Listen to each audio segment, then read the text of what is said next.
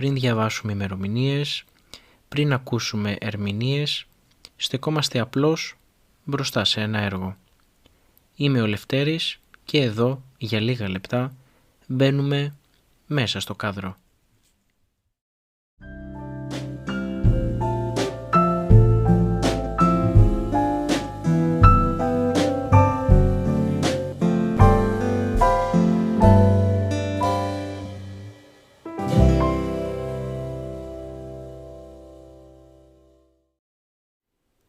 Τι χρειάζεται ένας πίνακας για να θεωρηθεί εργοτέχνης?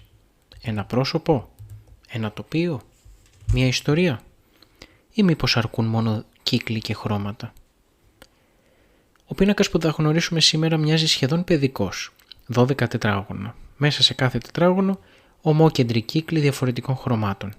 Καμία μορφή, κανένα αντικείμενο. Καμία αφήγηση. Κι όμως αυτό το έργο θεωρείται ένα από τα σημαντικά στην ιστορία της μοντέρνας τέχνης. Ονομάζεται «Μελέτη στο χρώμα τετράγωνα με ομόκεντρους δακτυλίους» και δημιουργήθηκε το 1913 από τον Βασίλη Καντίνσκι. Πριν όμως συνεχίσουμε, αξίζει να κάνουμε μια σημαντική διευκρίνηση. Το έργο δεν είναι ελαιογραφία. Δεν είναι καν ένας πίνακας με τη συμβατική έννοια.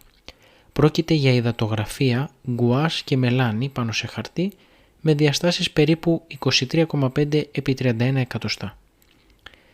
Σήμερα φυλάσσεται σε μουσείο στο Μόναχο, ένα χώρο που διαθέτει τη μεγαλύτερη συλλογή έργων του Καντίνσκι παγκοσμίως. Και εδώ βρίσκεται ίσως η μεγαλύτερη έκπληξη. Το έργο δημιουργήθηκε ως άσκηση, ως μια μελέτη, ένα πείραμα. Ο Καντίνσκι δοκίμαζε πώς διαφορετικοί συνδυασμοί χρωμάτων μεταβάλλουν την αίσθηση που προκαλεί το ίδιο ακριβώς σχήμα. Δεν είχε σκοπό να δημιουργήσει ένα αριστούργημα, ήθελε να καταλάβει κάτι πολύ βαθύτερο. Πώς λειτουργεί το χρώμα πάνω στην ανθρώπινη ψυχή? Και αυτή η ερώτηση τον απασχολούσε σχεδόν ολόκληρη τη ζωή του. Ο Καντίνσκι πίστευε ότι η ζωγραφική μπορεί να λειτουργήσει όπως η μουσική. Σκεφτείτε μια συμφωνία. Δεν χρειάζεται να απεικονίζει κάτι για να σας συγκινήσει, δεν έχει πρόσωπα, δεν έχει τοπία, δεν έχει αντικείμενα. Κι όμως μπορεί να προκαλέσει χαρά, μελαγχολία, ένταση, γαλήνη. Ο Καντίνσκι αναρωτήθηκε αν η μουσική μπορεί να συγκινεί μόνο με ήχους, γιατί η ζωγραφική να μην μπορεί να συγκινεί μόνο με χρώματα και σχήματα.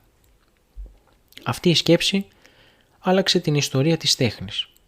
Για πρώτη φορά, ένας ζωγράφος υποστήριζε ότι ένας πίνακας δεν χρειάζεται να απεικονίζει απολύτως τίποτα, αρκεί να προκαλεί συναίσθημα. Ας κοιτάξουμε λίγο πιο προσεκτικά τη σύνθεση. Όλα τα τετράγωνα έχουν περίπου το ίδιο μέγεθος, όμως κανένα δεν είναι ίδιο με το άλλο. Σε άλλα κυριαρχούν οι θερμές αποχρώσεις, κόκκινα, πορτοκαλί, κίτρινα. Σε άλλα εμφανίζονται βαθιά μπλε, πράσινα ή μόβ. Μερικοί κύκλοι μοιάζουν να πάλονται, άλλοι μοιάζουν ήρεμοι. Άλλοι φαίνονται να πλησιάζουν προς τον θεατή και άλλοι να απομακρύνονται. Κι όμως είναι όλοι απλώς κύκλοι. Ο Καντίνσκι είχε αναπτύξει ολόκληρη θεωρία για το χρώμα. Για εκείνον κάθε απόχρωση είχε έναν χαρακτήρα. Το μπλε ήταν βαθύ, πνευματικό και εσωστρεφές. Το κίτρινο ήταν ζωηρό, φωτεινό και εξωστρεφές. Το κόκκινο εξέφραζε δύναμη και ενέργεια. Το λευκό συμβόλιζε τη σιωπή πριν από μια νέα αρχή και το μαύρο τη σιωπή μετά το τέλος. Φυσικά δεν συμφωνούν όλοι με αυτές τις αντιστοιχίες. Ο ίδιος όμως πίστευε ότι το χρώμα λειτουργεί σχεδόν σαν μουσική νότα. Δεν το εξηγείς, το αισθάνεσαι. Εδώ αξίζει να αναφέρουμε και μια ενδιαφέρουσα ιστορία. Ο Καντίνσκι πιθανότητα είχε συναισθησία, πρόκειται για ένα νευρολογικό φαινόμενο κατά το οποίο οι αισθήσεις συνδέονται μεταξύ τους. Κάποιοι άνθρωποι βλέπουν, μέσα σε εισαγωγικά, ήχους ως χρώματα. Άλλοι αντιλαμβάνονται αριθμούς με συγκεκριμένες αποχρώσεις.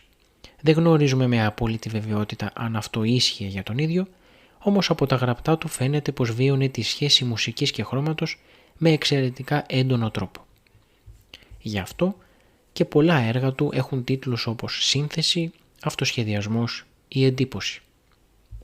Όχι τυχαία, δανείζεται όρους από τη μουσική. Το έργο αυτό δημιουργήθηκε λίγο πριν ξεσπάσει ο Πρώτος Παγκόσμιος Πόλεμος. Η Ευρώπη άλλαζε, η επιστήμη άλλαζε, η τεχνολογία άλλαζε και η τέχνη αναζητούσε μια νέα γλώσσα. Ο Καντίνσκι ήταν από τους πρώτους που τόλμησαν να αφήσουν πίσω τους την αναπαράσταση της πραγματικότητας. Αργότερα θα διδάξει στη σχολή του Bauhaus, επηρεάζοντας όχι μόνο ζωγράφους αλλά και αρχιτέκτονες, σχεδιαστές και γραφίστες. Η επιρροή του φτάνει μέχρι και σήμερα. Στην πραγματικότητα, αν παρατηρήσετε σύγχρονα λογότυπα, αφήσεις ή εφαρμογές στο κινητό σας, θα βρείτε πολλές ιδέες που γεννήθηκαν από καλλιτέχνες σαν τον Καντίνσκι. Ίσως γι' αυτό το έργο παραμένει τόσο σύγχρονο. Δεν χρειάζεται να γνωρίζουμε ιστορία της τέχνης για να το απολαύσουμε, δεν χρειάζεται να αποκρυπτογραφήσουμε συμβολισμούς. Αρκεί να παρατηρήσουμε. Ποιος κύκλος μας τραβά πρώτο στο βλέμμα, ποιος χρωματικός συνδυασμός μας ηρεμεί, ποιος μας δημιουργεί ένταση. Οι απαντήσεις θα είναι πάντα διαφορετικές για τον καθένα. Και αυτό είναι το πιο όμορφο στοιχείο του έργου. Δεν υπάρχει σωστή ερμηνεία, υπάρχει μόνο η προσωπική εμπειρία. Ίσως τελικά αυτή η μικρή άσκηση του Καντίνσκι να πέτυχε κάτι πολύ μεγαλύτερο από αυτό που ο ίδιος είχε φανταστεί. Μας έδειξε ότι η τέχνη δεν χρειάζεται πάντα να μας αφηγείται μια ιστορία. Μερικές φορές αρκεί να μας κάνει να νιώσουμε. Και λίγοι καλλιτέχνες κατάφεραν να το πετύχουν αυτό τόσο απλά, με λίγους κύκλους και λίγο χρώμα. Αν αυτό το ταξίδι μέσα στο κάδρο σου άφησε μια σκέψη, μπορείς να ακολουθήσεις το podcast και να το μοιραστείς με κάποιον που αγαπά ή θέλει να αγαπήσει την τέχνη. Τα λέμε στο επόμενο έργο.